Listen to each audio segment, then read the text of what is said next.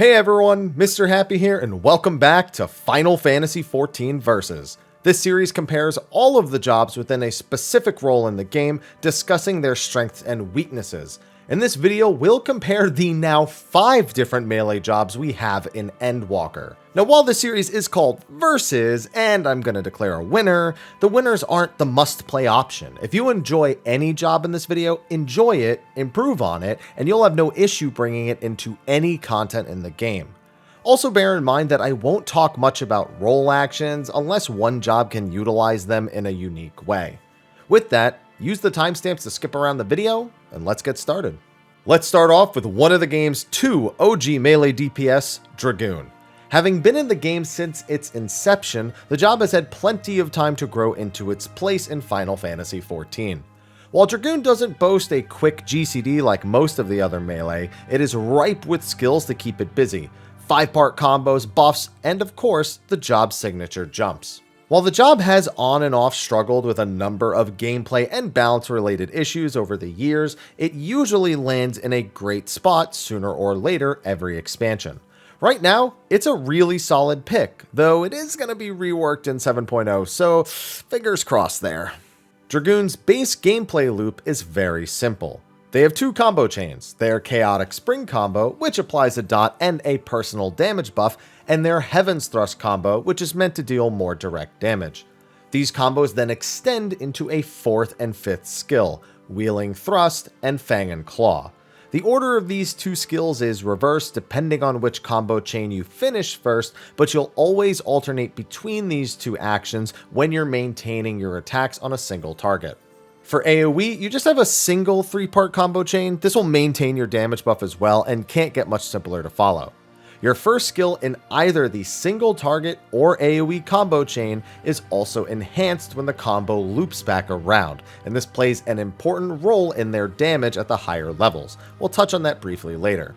Between all of their combos, they have a massive array of off-global attacks to weave throughout.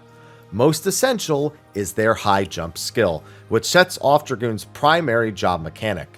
When using a high jump, it provides the Dive Ready buff, which grants access to another off-global Mirage Dive. This then provides 1 Gaze of the Dragon stack. Once you have 2 Gazes of the Dragon, utilizing the Skogul skill, an AoE off-global that you have as well, will activate Life of the Dragon. This empowers the Dragoon even further, changing Skogul into Nastrand, a stronger version of the same attack. Nastrand's cooldown is also only 10 seconds, so you'll get 3 uses of it per Life of the Dragon at max level. It also grants access to Star Diver, a massive AoE jump that can be used once per Life of the Dragon. After your Life of the Dragon wears off, you'll just do this loop all over again. There are ways of optimizing the use of your Life of the Dragon windows, but the flow of battle is always familiar regardless of the fight. Now they do have a bunch of other skills to support their damage as well. Spine Shatter Dive is a 2-charge off-global that also serves as a gap closer. Great to use under buffs to utilize for damage or to save a stack for movement later on. Dragonfire Dive is an AoE jump with a much longer cooldown. While it can be used as a gap closer, it's available too infrequently to do anything other than use during buffs. Finally, they have Wyrmwind Thrust. Every time you perform that enhanced first combo skill we discussed earlier, whether it be Raiden Thrust for single target or Draconian Fury for AoE, you receive 1 stack of First Mind's Focus. For every 2 of these, you get access to Wyrmwind Thrust, giving you another off-global to keep up on. Now that's it for direct damage skills, but Dragoon has a number of damage buffs to provide itself and its allies. Lance Charge will increase the Dragoon's damage dealt for 20 seconds once every minute, which is pretty self-explanatory. Life Surge will cause your next weapon skill to critically hit and heal the Dragoon for a portion of the damage dealt. With 2 charges, you'll use 1 on Heaven's Thrust, the ideal weapon skill since it's the highest potency, and either Wheeling Thrust or Fang and Claw, which tie for the 2nd highest potency. In its opener, it's usually Fang and Claw, just to have enough time to be able to put all your buffs up, but they are the same potency, so it's good to know that just in case.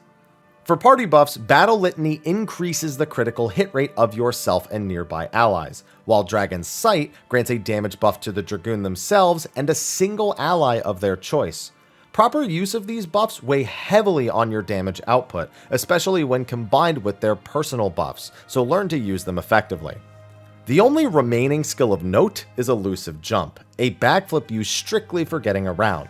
It's most often utilized to reposition around the arena, even as a gap closer in place of your other jumps. You just turn your back to the boss and then use it as if it was a gap closer.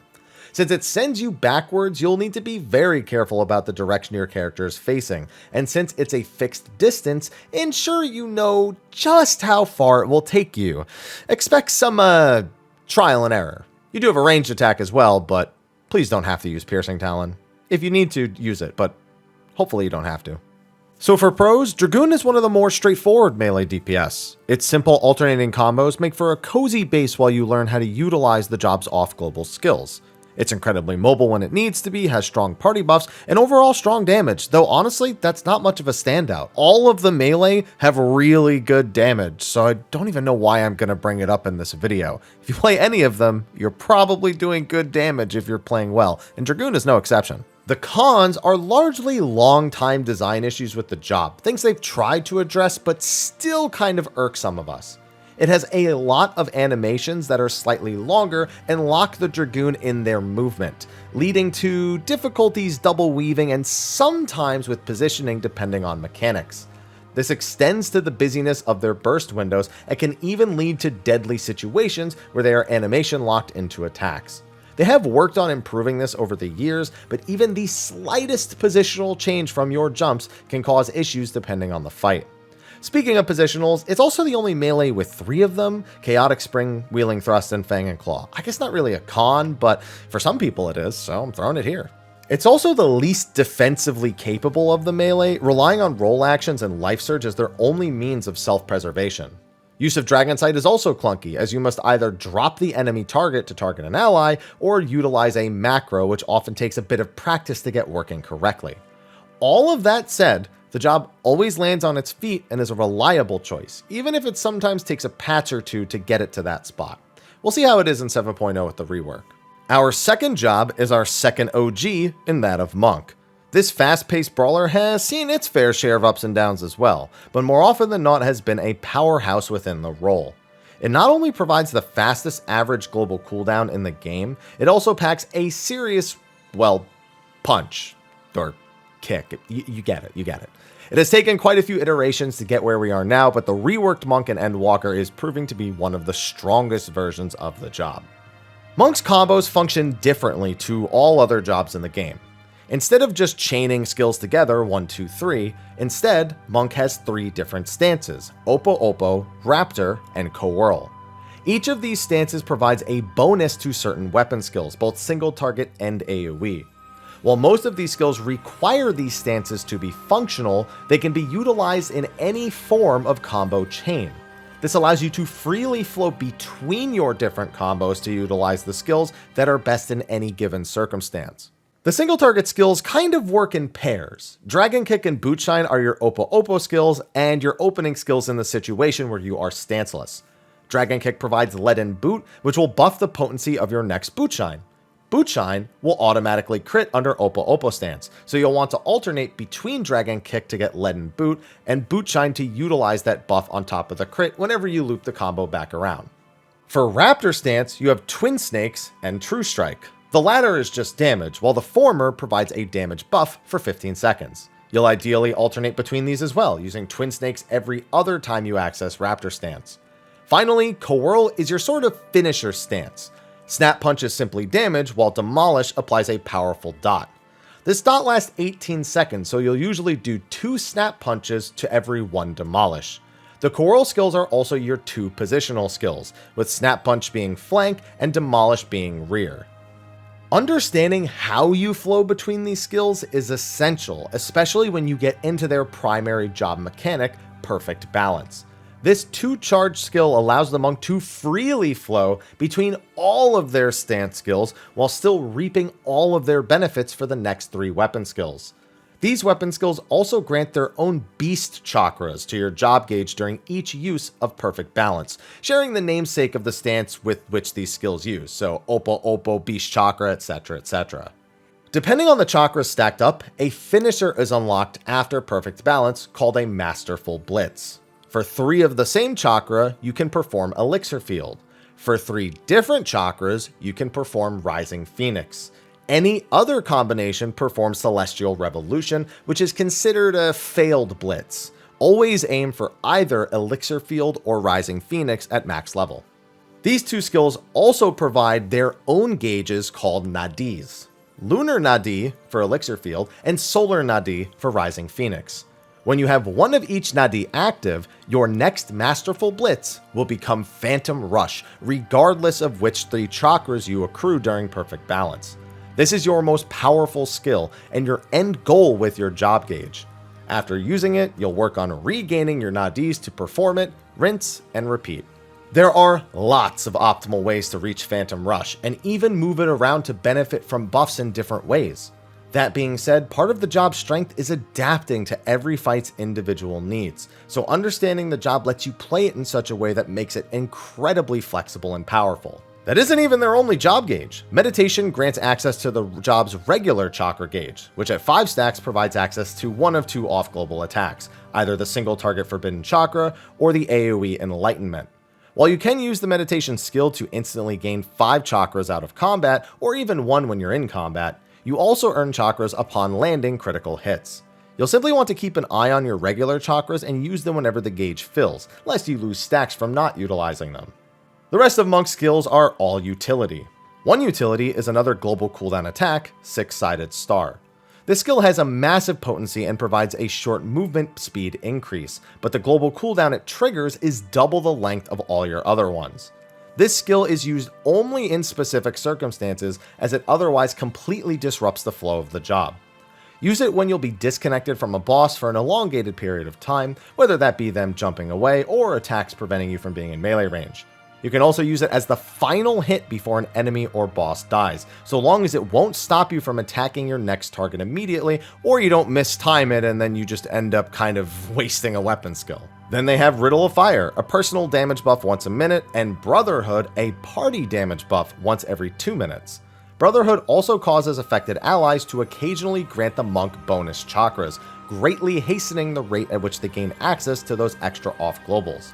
Just ensure you don't clip your global cooldown when attempting to utilize these extra forbidden chakras or enlightenments, especially given how tight Monk's damage windows normally are. They also have Riddle of Wind, a 90-second cooldown that massively increases their auto attack speed. Use it on cooldown, and if you can, pair it with Bloodbath for the extra auto attack healing. That doesn't hurt either. Riddle of Earth is a personal mitigation skill that provides a 20% damage reduction until the buff wears off. It has 3 stacks and loses a stack every time a monk uses a weapon skill, so time it close to an attack hitting so you don't lose the buff while it's just attacking. These individual stacks don't do anything whether you have 1 or 3, you just need any number of stacks to get the damage reduction. The skill also comes with 3 charges, so yeah, you're pretty survivable as a monk. Speaking of survival, Mantra is another party utility they have. It boosts the healing received by all nearby allies for a short time once every 90 seconds. This is invaluable in high-end content and one of Monk's strongest aspects, especially on top of their sheer damage. They also have Thunderclap, their gap closer. They can jump to any ally or enemy with 3 whole stacks. This just lets them zip around in ways that seems a little unfair at times. Finally, they have Anatman. This channeled skill maintains their damage buff, Disciplined Fist, at max duration so long as it's channeled.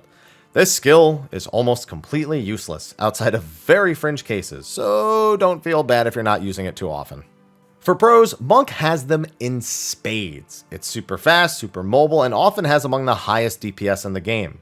It's also incredibly defensive thanks to Riddle of Earth, helps the party with Mantra, and is one of the few jobs in the game with a flexible burst window. It's not to say there isn't an optimal one, there definitely is, but the fact that it can kind of move throughout its combos so freely just makes it able to adapt to different fights more easily. This gives it an incredibly satisfying learning curve built on top of a very fluid combo system. The cons for the job are more about how it might feel to players than they are actual downsides. First, the job has no real ranged attacks, with Enlightenment and the roll action Feint being the closest things. That doesn't matter in most content, you really shouldn't be using ranged attacks unless you absolutely have to, but I'm sure Deep Dungeon players definitely wouldn't mind something here. The speed can also be somewhat overwhelming, and weaving skills can be a nightmare because of it. This is exacerbated by the volatility of chakras during Brotherhood, which can really tempt you to making bad decisions just to burn those stacks. The combo system can also be confusing to some, especially during perfect balance, so practice is super important. That being said, the payoff for mastering Monk is super high, especially as of this video, where Monk is often the strongest performing job in the entire game. And yeah, they have Mantra on top of that. That's nuts. On to job number 3. Let's step out of the shadows and talk about Ninja. This job was originally intended to be released at a Realm Reborn's release, but didn't get implemented until patch 2.4. That being said, from the moment of its implementation, it has been an absurdly powerful job in every regard. While expansions and job changes have moved where it is strong around a bit, it is still one of the most reliable job picks if you want to have a big impact in any fight. The job's main mechanic is its ninjutsu. Every 20 seconds you gain 1 charge of ninjutsu, which allows you to chain up to 3 mudra hand gestures and perform a variety of attacks. These ninjutsu all have different functions and utilities, but the primary damage ones are very strong. That being said, misperforming your mudras or interrupting the process with another skill will cause you to perform a rabbit medium instead, essentially giving you a brief dunce cap, so everyone can laugh at your mistake. So memorizing and mastering ninjutsu is key to success. As for the actual ninjutsu, Huton grants you an attack speed buff that you'll want to maintain, Raiton does high single target damage, and Katan does high AoE damage. Doton places down an AoE damage field that heavies opponents, Hyoton binds enemies, and Suiton provides a buff that can be utilized to access other skills. There is also Fuma Shuriken for quick single target damage, but after the early levels, you'll only use this as part of another attack we'll talk about in a minute. Ninjutsu can also be enhanced or utilized in many other ways, most notably with Kusatsu. This ability instantly provides access to your ninjutsu regardless of the current cooldown and greatly increases the next ninjutsu's potency. In addition to those effects, it also transforms certain ninjutsu into much more powerful versions. Katan is transformed into Goka Mekyaku for greater AoE damage, and Hyoton is transformed into Hyosho Ranryu for absolutely massive single target damage. These are the only 2 results you should ever be considering when under Kusatsu. Then they have Tenchi Jin. Named after their 3 mudras, this skill is used to chain 3 ninjutsu back to back to back in rapid succession. As you press the mudras, it will instantly perform the respective ninjutsu that matches your mudra pressed up to that point. So your first mudra press will always perform Fuma Shuriken, whereas your second and third will determine the other 2 ninjutsu you perform. As a trade-off for this massive burst in utility, the ninja cannot move during its use. Doing so will instantly end the skill, and you do not want that. So when you use it, be sure you'll be safe for the entire duration. Ninja does also have their Ninki gauge, which increases as they perform weapon skills. It is used on either single target or AoE off globals, Bavakakra and Hellfrog medium respectively. It is also used on Bunshin, a buff that causes your next 5 weapon skills to deal bonus potency and grant bonus Ninki. It also grants access to Phantom Kamatachi, which will consume 1 of the stacks and deal high AoE damage. Bunshin sits on a 90-second cooldown and should mostly be used on cooldown, so it won't always align with buffs. Now their ninjutsu does also interact with their other skills. The job does have several basic single target and AoE combos, but their armor crush and AoE combos can be used to extend the duration of Huton. Ideally, you only have to Huton a couple of times a fight at most, ideally only once, but sometimes it's just some fights are designed differently. Horizon is another standalone weapon skill they can use to extend the duration as well, but you'll only use this in select circumstances and not part of your regular rotation. Then Suiton grants access to a buff of the same name, which grants access to 2 other skills. Trick Attack boosts the ninja's damage on the afflicted target for the duration once a minute, and Mesui consumes the buff to grant 50 Ninki once every 2 minutes. It also buffs the potency of your next Bavakakra to 500, so it adds quite a bit to burst windows. Mind you that Trick Attack can technically be used without Suiton, but only if the ninja is under the effect of Hide, making them invisible and reducing movement speed. This skill is only available out of combat, so it really doesn't have much applicable use outside of maybe leveling or the lucky application during a dungeon. Hide, however, does also reset the charges on your ninjutsu, so it's often used in high-end raids so you can buff yourself with Huton before a fight begins, then hide immediately before the pull to ensure you have all of your ninjutsu for your opener. The final bonus effect ninjutsu has is Raiton, which grants you access to the Raiju Ready buff. This allows you to use either Forked or Fleeting Raiju, an extra weapon skill that deals massive damage. The only difference between the two is that Forked Raiju is a gap closer, while Fleeting isn't. You must also use these as your very next weapon skill after Raiton, or you'll lose the effect of Raiju Ready. Well, I said final, but technically, by using your AoE combo, you can cause your Doton to explode for bonus damage with Hollow Nizuchi, though you'll rarely use this outside of dungeons on trash. Shikuchi will let them jump to a selected location in an instant. This has 2 charges, and the recast is even reset when using certain ninjutsu, so their mobility is pretty good. Shadeshift provides a 20% max health shield to help with survivability, and finally, their most important skill, Mug. This off-global skill deals some damage, but it also increases the damage the target enemy takes by 5% for 20 whole seconds. Your team will want to capitalize on this every 2 minutes, as will you, so get used to burst windows within Mug's timer. Alright, so pros and cons time. Pros are in line with a lot of the other melees. Their DPS is strong, but a particular pro of Ninja is in its absolutely insane burst damage. Any fight with frequent downtime followed up by burst phases from the party will see Ninja perform exceptionally well. Mug makes them always great to have around, their mobility with Shikuchi is very high, and that little bit of extra survivability they get with Shadeshift is very much welcome. The cons, like most melee, come down to feel.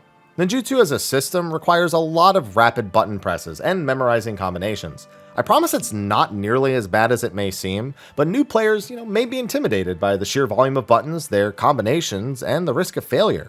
The job is also super boring between burst phases.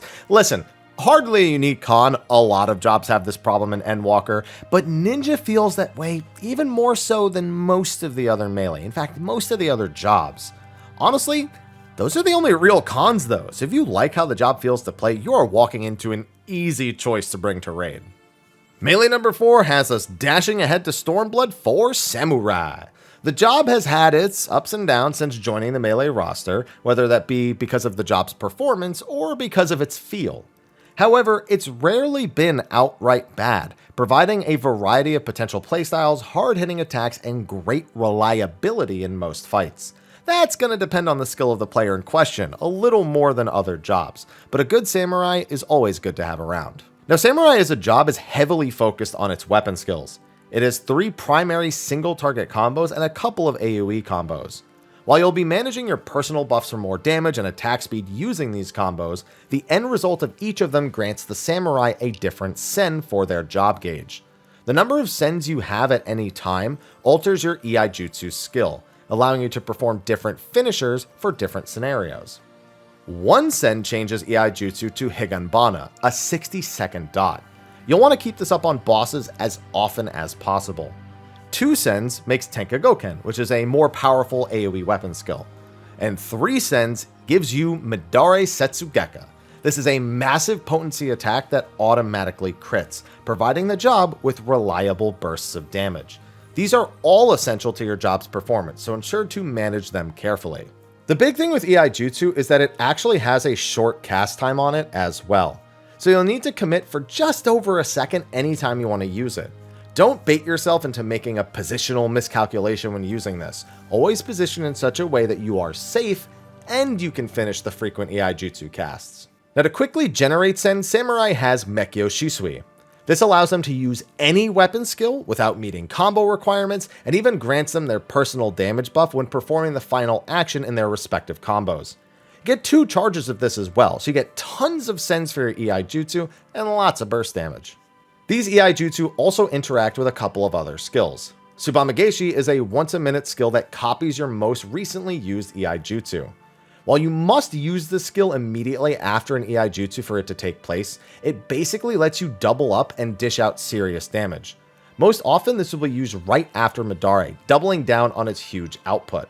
Tsubame is also instant cast with 2 charges, so not only do you have no extra cast times to worry about, but you get to copy 2 Midaris during your burst. That's a lot of damage. Every EI Jutsu also grants 1 stack of meditation. 3 stacks of meditation lets the samurai use Shoha or Shoha 2, a single target or AoE off-global ability respectively. A couple of other skills do also offer meditation stacks, so just ensure that you execute the desired Shoha before using any of the other skills that generate the resource. Samurai has another resource it needs to manage as well, called Kenki.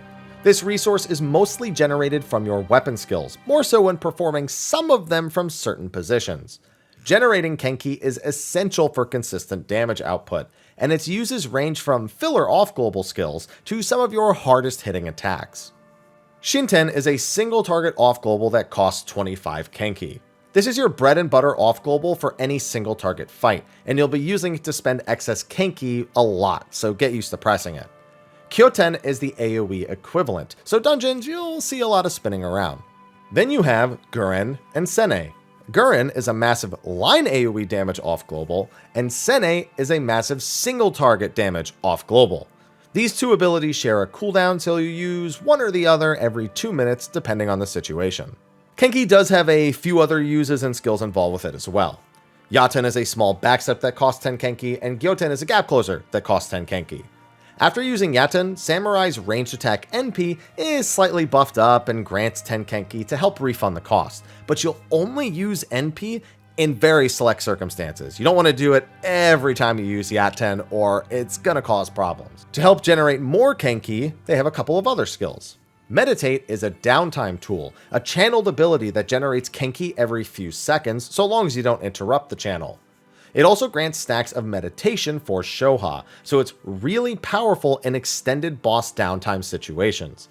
Then there's Hagakure, which lets you convert sens to Kenki at a rate of 1 sen to 10 Kenki.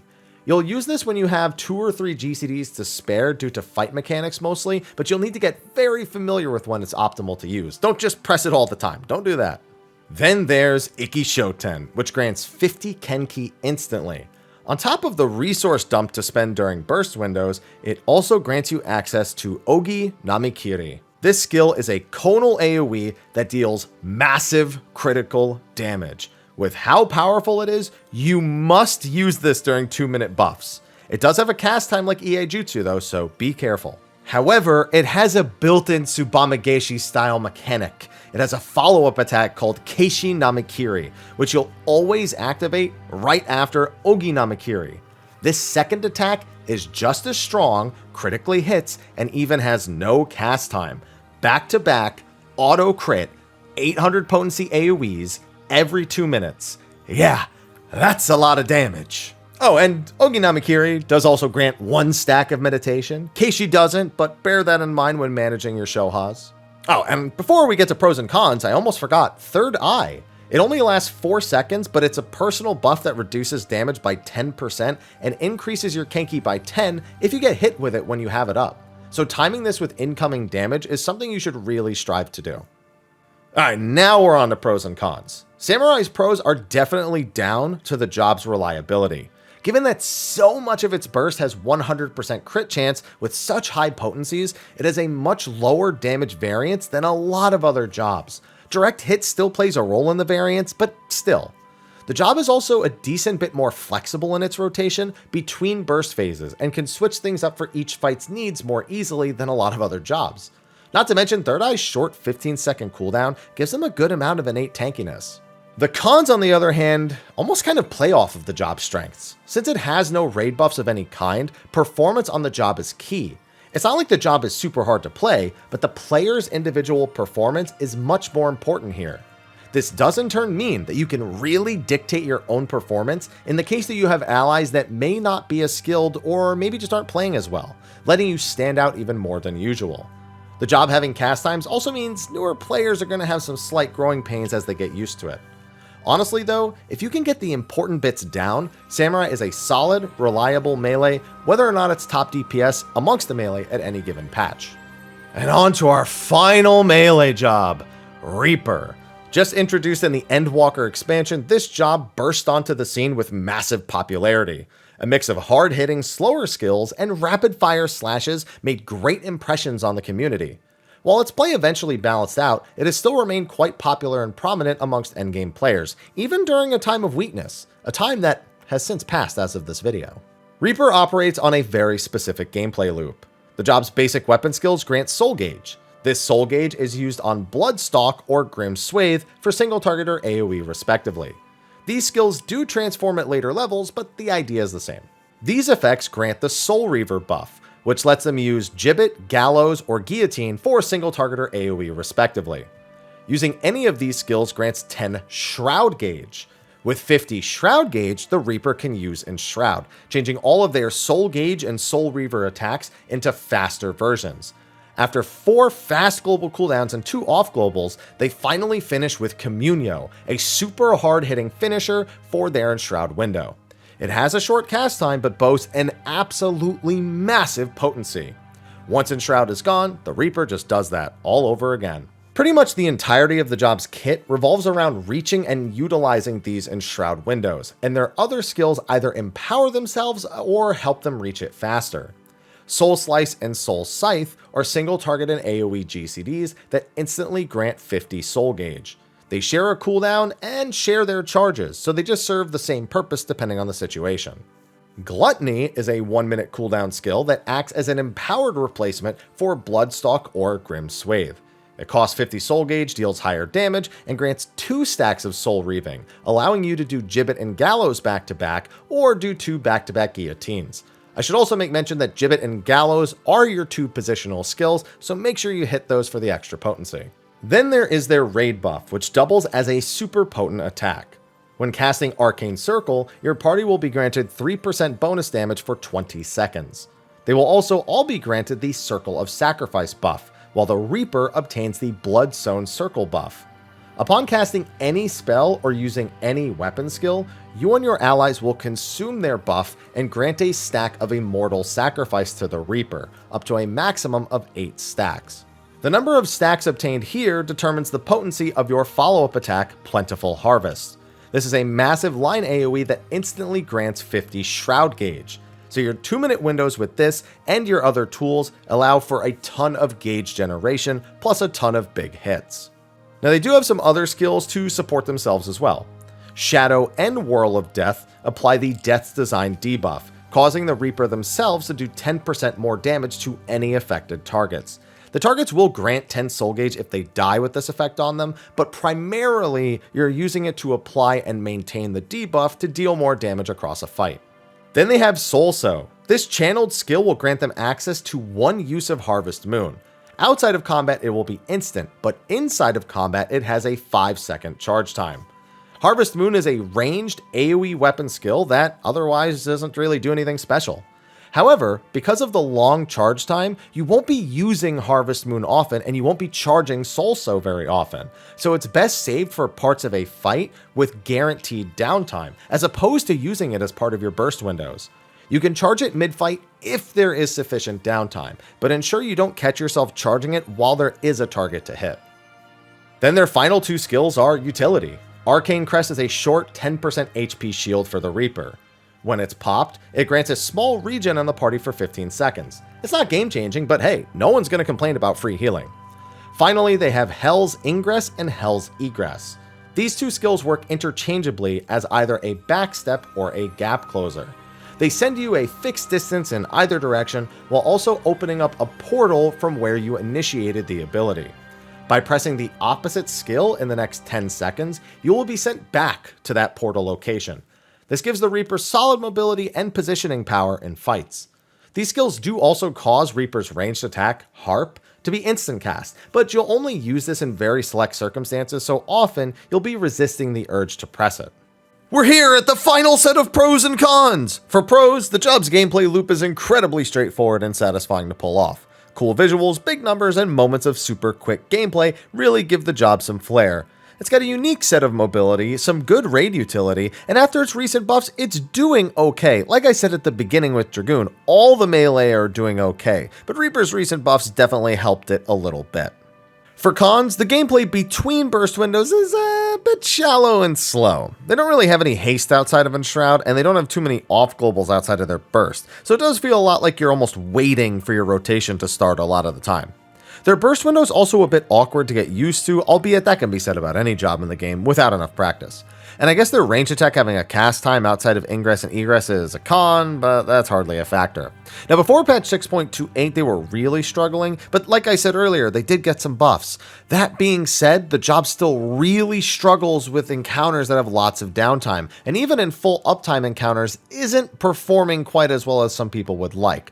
Thankfully, that balances out a little bit with it having a raid buff, it having the AoE regen, but I still think Reaper could use a little bit more in a few categories, so I'm curious to see what it gets going forward. That being said, that information is relatively recent. The buffs haven't been out too long, but we are still waiting to see if anything else happens to it in the coming patches. But if you enjoy the fast and furious gameplay of Reaper, as well as some of those big hits, don't worry, you'll have no problem clearing any of the content, and you'll probably have a lot of fun doing it. Alright, this is the first ever Versus to feature 5 jobs, and boy does the length of the video show. But we still gotta pick a winner amongst all of them, and you know what? Rarely do I have such a clear-cut winner, but I have to go with my favorite job, and that of Monk. And no, I'm not just picking it because it's my favorite. Legitimately, I don't know how this job gets away with being as strong as it is. It has potent personal buffs, it has raid utility in the form of a damage buff and a healing buff, and it's got a triple stack defensive ability in the form of Riddle of Earth.